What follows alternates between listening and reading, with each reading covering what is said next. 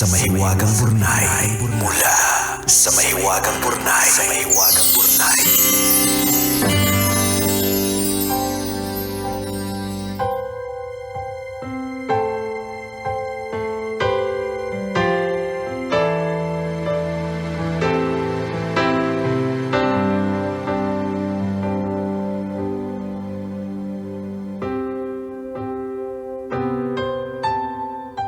Dear kumikinang na tambalang Nicole Liala at Diego Bandido.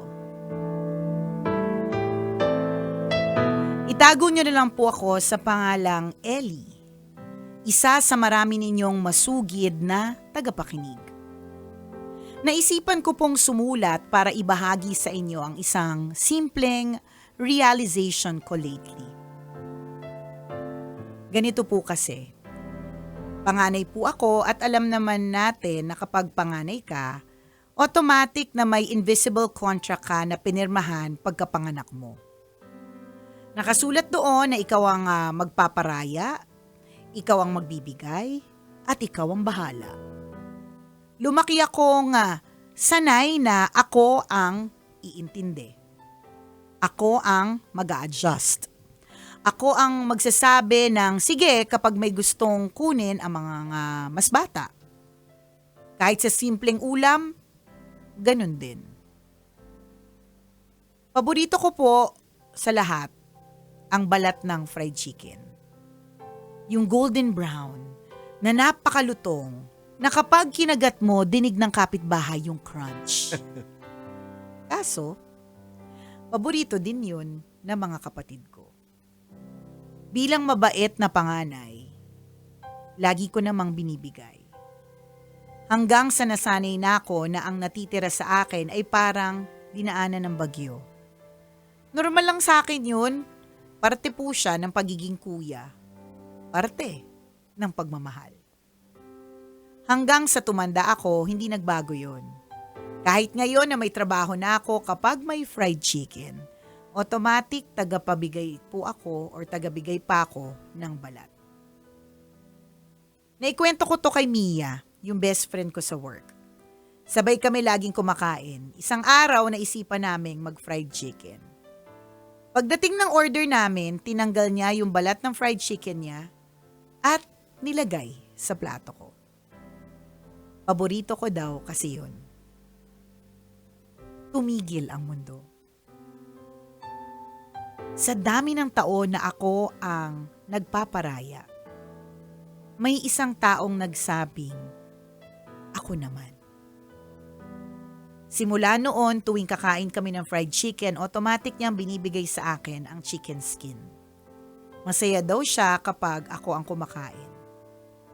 Doon ko na-realize kung gaano kasarap sa pakiramdam yung ikaw naman ang inuuna. Hindi niya alam pero sa simpleng paglipat ng chicken skin sa plato ko, may nilipat din siya sa puso ko. Yun bang pakiramdam na may taong handang magbigay para sa akin at masaya niyang ginagawa ito. Doon ko naisip na baka siya na nga. Tambalang kumikinang, ganun ba talaga yun? Yung sa simpleng bagay, nakikita mo ang habang buhay. Maraming salamat po sa pagbasa ng sulat ko at sana mahanap din ang lahat ng panganay ang taong magsasabing sila naman. Ang inyong kumikinang na tagapakinig, Ellie. I can show you the world. Ang luma Shining, shimmering, splendid. Tell me, princess. Akalain mo may love life sa chicken skin, Oh, di diba? ba? Ang daming twofold yung kwento eh. Oh. It's a story about panganay and it's a story about love life. Tama. Alam mo, last week natandaan ko, Jegs, pinag-usapan natin yung mga tinatawag na full circle moments. Feeling ko ito yung, and I love full circle moments. Ano po ba yung mga full circle moments? Ito po yung nag-iisip ka ng iniisip mo ba't kailangan mangyari itong bagay na ito na masakit, mahirap, ganyan. Tapos eventually in time, sabi nga ni Diego, pagka nandun na yung missing piece of the puzzle, Yes. 'Di ba? Magigets mo kung bakit. Oo. And para sa akin, in a way, full circle moment to eh. Mhm. All his life bilang isang panganay, Oo. parte na ng kwento ng buhay nila magkakapatid yung Oo. balat ng fried chicken, Mhm. 'di ba? And who would have thought na, feeling ko kasi, Jegs, yung balat ng fried chicken, hindi naman yan, it's it's very common, 'di ba? Meron nga nagbebenta ng chicken Oo, skin na chicken skin mismo lang, eh. tama, oo. 'Di ba? Ibig sabihin, hindi siya extraordinary, Mhm. it's not uncommon, Aha. it's not unique. Pero kaya niya nakitaan na, or kaya niya mas na-appreciate yung pagbibigay sa kanya Mhm. dahil dun sa kakulangan niya, dun sa Oo. fried chicken, na balat ng fried chicken na yun. Kasi kung, alam mo, ikaw, Jegs, bigyan mo ako ng balat ng fried chicken, hindi para, oh my God, Correct. grabe Oo. naman ito, binigyan niya ako na, grabe, inuna niya ako, wala. Yung pala ayaw ng pala ni Diba? Nicole ng balat. Ng balat kasi mataas ang mataas, cholesterol. correct, 'di ba? Kasi nga hindi ganun yung naging Aha. experience ko eh. Hindi ko maiisip na ano ba yan, nakaka-touch mo kasi Aha. yun ako kasi walang kwento eh. Aha. Pero ikaw, dahil parte ng kwento mo yun bilang isang panganay, Mhm. ngayon nung binigay sa iyo ang isang very very ordinary Mhm. na balat ng manok, 'di ba? Nagkaroon ito ng meaning para Aha. sa iyo. Oo. And that's your full circle moment. Lumablay pa. Ayan, I think oo. she's the one. Correct, oo. Kasi inuna ka bigla. Tama. Tsaka ang kagandahan dito, kasi nung ikaw yung nagbibigay, ang feeling mo, yung isip mo na parang something from you, parang taken, di ba? Mhm. So, nagpaparaya ka na lang. Yes, lagi na lang ikaw. So ngayon, nung ikaw yung binibigyan, na-experience mo ngayon yung naramdaman ng mga kapatid mo. Correct. All their Na lives. Ang sarap pala. Na inuuna. Oh, without knowing na yun pala yung ginagawa mo sa kanila until Noon pa. na nangyari sa'yo. Correct. Diba? Diba? So, isa kang malaking, in other words, isa kang malaking blessing. Yes. Sa mga kapatid mo. Oo. Kung paano hanggang maski nagtatrabaho Oo. ka, di ba? Oo. Di ba ganun pa rin ang ginagawa mo na pwede namang hindi na. Correct. Tsaka imagine mo kung dupang ka dati. Correct. Diba? Kinain mo yung mga chicken skin. Ayan. Ngayon, tingin ko, Wala, ayan na. malamang sa executive check-up, bagsak ka. Bagsak ka kasi mataas lahat. Hindi namin sure kung aabutin mo ang 3 years. Chares! Di ba meron laging may trade-off pero Yes. may binabalik naman, Mhm. di ba? Tapos nagiging mas maganda ang kwento Yes. kapag may mga ganitong klaseng plot Correct, twist, correct. di ba? Kaya apakaganda naman. Mhm. Thank you for sharing Salamat. this story with us. Kakakilig naman yung yung ganyan. And kung sinasabi mo na siya na nga ba? Oo. 'Di ba? Sino mag-aakala na sa balat ng manok Oo. matatagpuan mo ang iyong panghabang buhay? Sa Ayan. tingin ko oo kasi una she listens. Ako para sa akin yung fact lang na nakikinig Yes. nakikinig siya sa'yo, 'di ba? Is a good sign na hindi man lumevel up yung relationship ninyo into marriage and Aha. into that.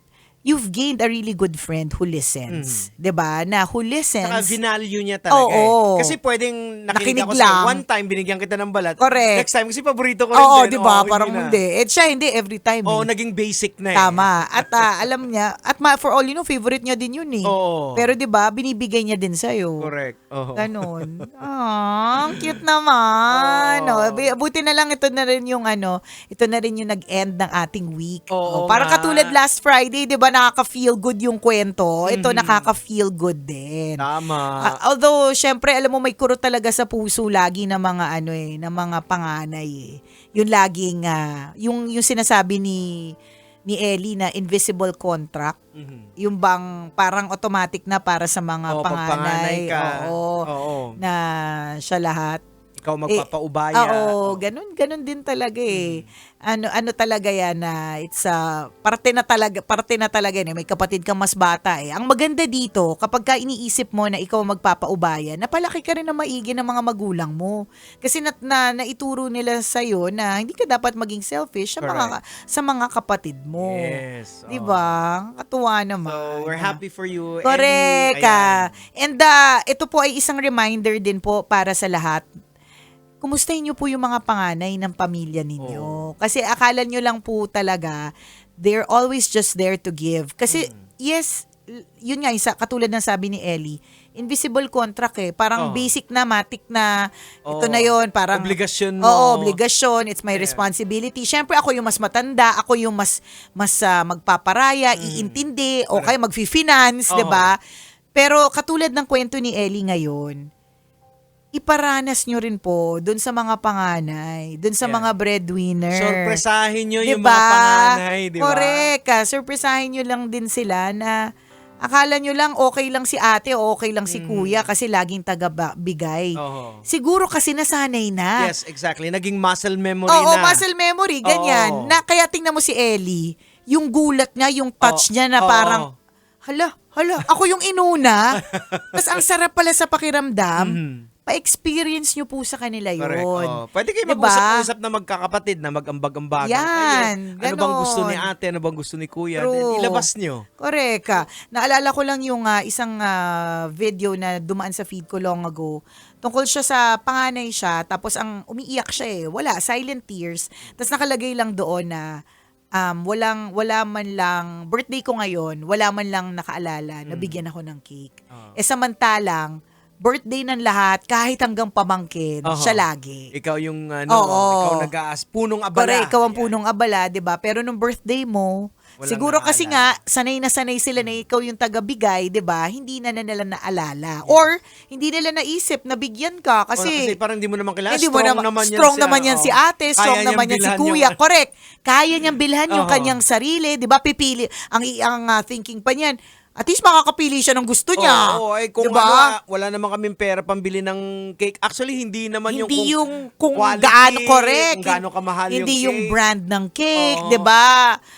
Hindi yun It's the gesture. Yes. It's the act, 'di Oo. ba?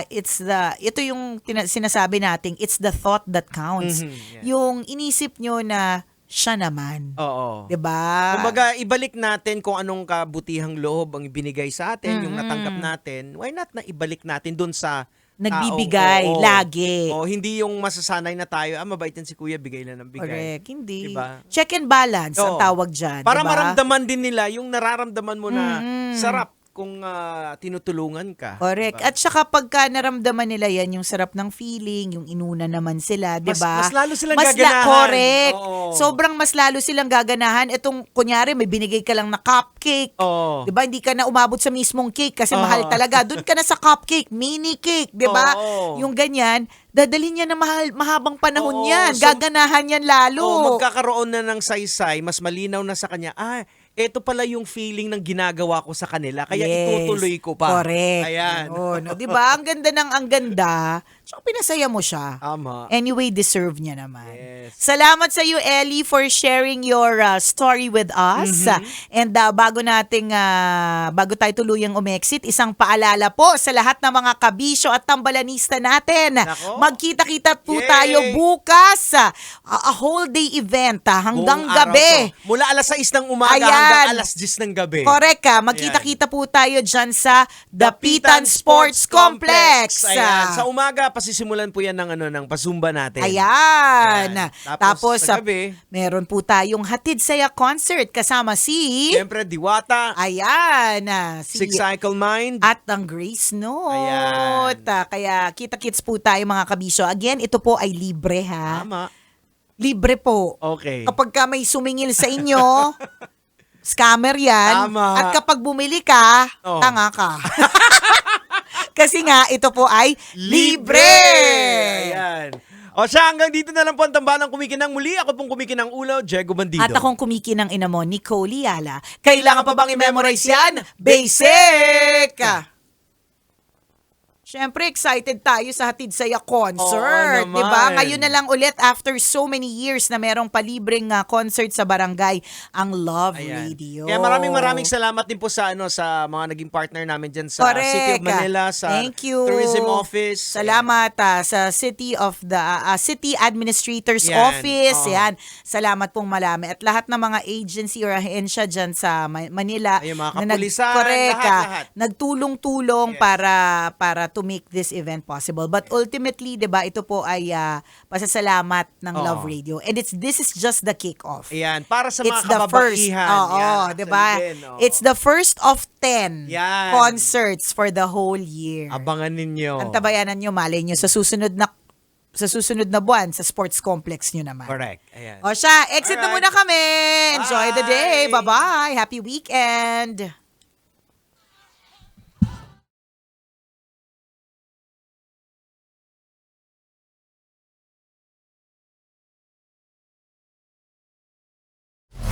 Metro's #1 Love Radio. Basic!